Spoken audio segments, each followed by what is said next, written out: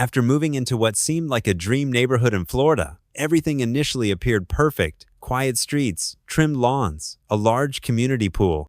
However, it didn't take long to discover that behind the manicured hedges lurked a nightmare. HOA Karen. Karen was more than a neighbor. She was the tyrant of the homeowners association, clinging to her clipboard and imaginary authority.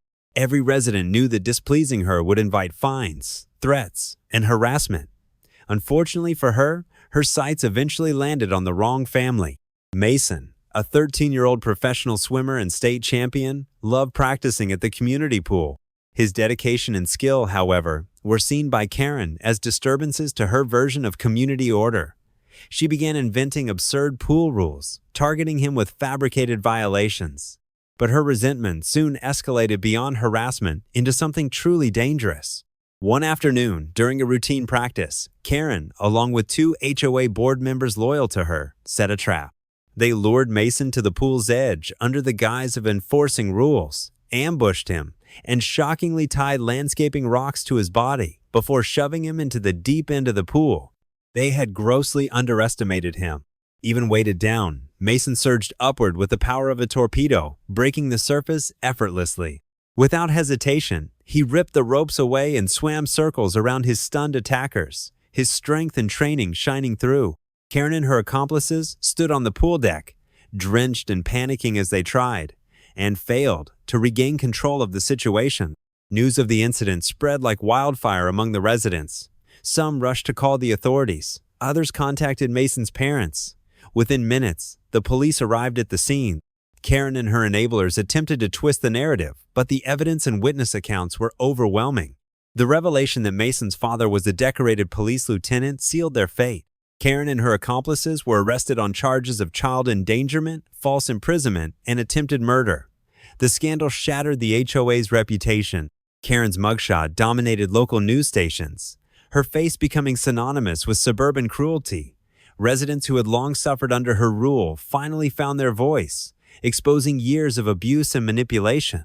The community's response was swift and merciless. Karen was expelled from the HOA, sued by multiple families, and driven into financial ruin.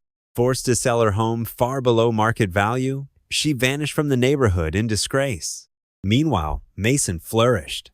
He continued his rigorous training, free from fear and hostility, eventually qualifying for national competitions and securing a scholarship offer from a prestigious sports academy.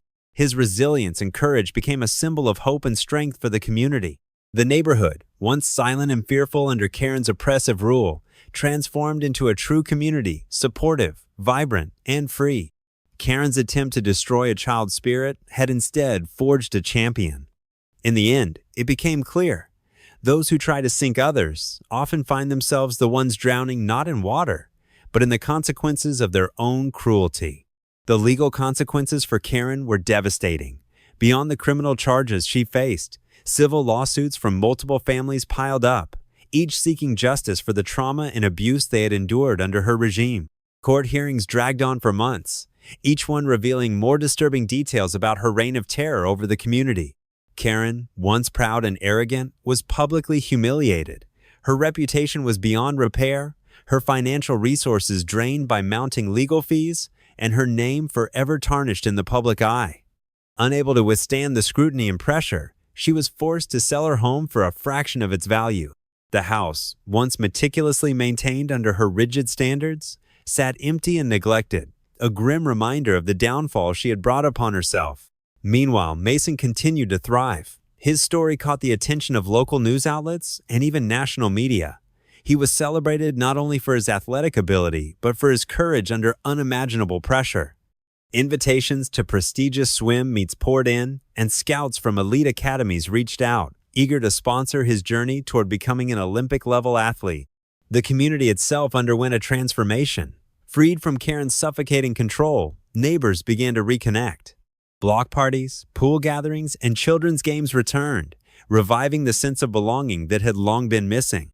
The pool, once a place of tension and surveillance, became a hub of laughter and joy once again. Mason's resilience inspired more than just swimmers.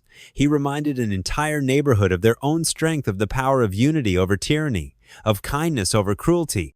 In the end, Karen's attempts to drown a child's spirit had only succeeded in exposing her own weakness.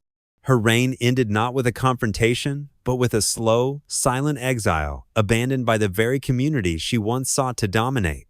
The empty house with its peeling paint and for sale signs stood as a lasting monument to a simple truth.